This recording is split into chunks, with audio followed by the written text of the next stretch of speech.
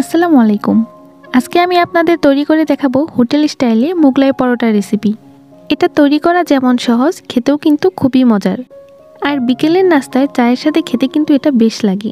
চলুন তবে আর কথা না বাড়িয়ে মোগলাই পরোটা তৈরির পুরো প্রসেসটা আমরা দেখে নিই। আমি আজকে 2টা মোগলাই পরোটা বানাবো, এজন্য এখানে নিয়ে নিচ্ছি 1 কাপ পরিমাণ ময়দা। তবে একটা পরোটা বানাতে গেলে সবগুলো উপকরণ অর্ধেক করে নিলেই হবে। স্বাদমতো দিয়ে দিচ্ছি লবণ। চিনি দিচ্ছি হাফ টেবিল চামচ। হাফ টেবিল চামচ দিয়ে দিচ্ছি রান্নার তেল। এখন এই সব উপকরণগুলো হাত দিয়ে ভালোভাবে মিশিয়ে নিতে হবে। এবার এতে নর্মাল টেম্পারেচারে থাকা পানি অল্প অল্প করে অ্যাড করে একটা ডো তৈরি করে নিব। তবে খেয়াল রাখতে হবে ডোটা যাতে খুব বেশি নরম বা খুব বেশি শক্ত না হয়ে যায়। ডোটা তৈরি হয়ে গিয়েছে, এখন এটাকে আমি ঢেকে 10 মিনিটের জন্য রেস্টে রেখে দিব। ঠিক 10 মিনিট পরে ডোটাকে আমি একটু মধ্যে 2 ভাগে ভাগ করে নিচ্ছি। এখন সেখান থেকে একটা ডো নিয়ে আমি এটাকে বেলে রুটি তৈরি করে নিব। সামান্য একটু তেল দিয়ে এটাকে আমি বেলে নিচ্ছি। মোগলাই পরোটার ক্ষেত্রে রুটিটা আমাদের একদম পাতলা করে বেলে নিতে হবে। তাই রুটিটা বেলার জন্য এখানে এক্সট্রা ময়দা ব্যবহার না করাই ভালো, কারণ ময়দা ব্যবহার করলে রুটিটা খুব বেশি পাতলা করে বেলে নেওয়া যাবে না। রুটিটা বেলা হয়ে গিয়েছে, আমি একটু কাছ থেকে দেখিয়ে দিচ্ছি এটা কতটা পাতলা হয়েছে। দেখুন একদম আঙুল যাতে দেখা যায় এরকম পাতলা করে বেলে নিতে হবে। এবার আমি একটা বাটিতে নর্মাল টেম্পারেচারে থাকা একটা ডিম ভেঙে নিচ্ছি।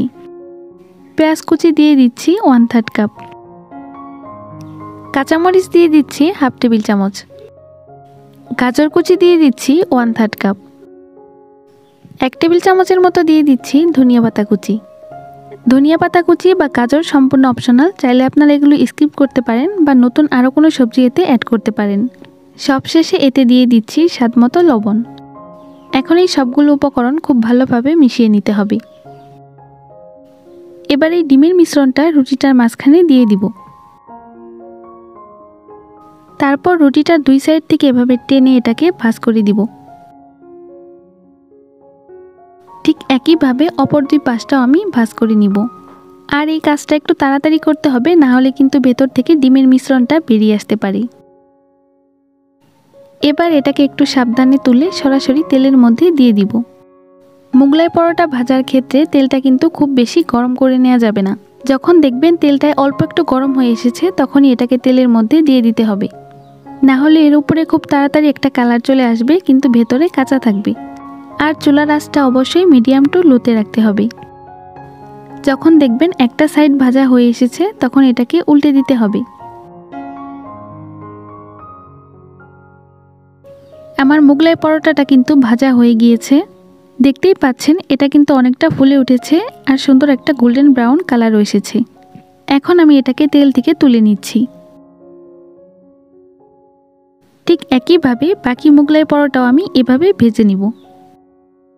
প্রতিটা মোগলাই পরোটা ভাজতে আমার 6 থেকে 8 মিনিটের মতো সময় লেগেছে, তবে আপনাদের এর থেকে কম বেশিও লাগতে পারে। এবার আমি একটু ঠান্ডা করে এগুলোকে কেটে নিব।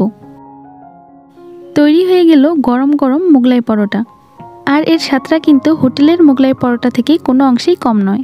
চাইলে এভাবে ট্রাই করে দেখতে পারেন, দেখবেন বাসার ছোট বড় সবাই এটা অনেক বেশি পছন্দ করবে। আজকে তাহলে এখানেই বিদায় নিচ্ছি, সবাই অনেক ভালো থাকবেন। আল্লাহ হাফেজ।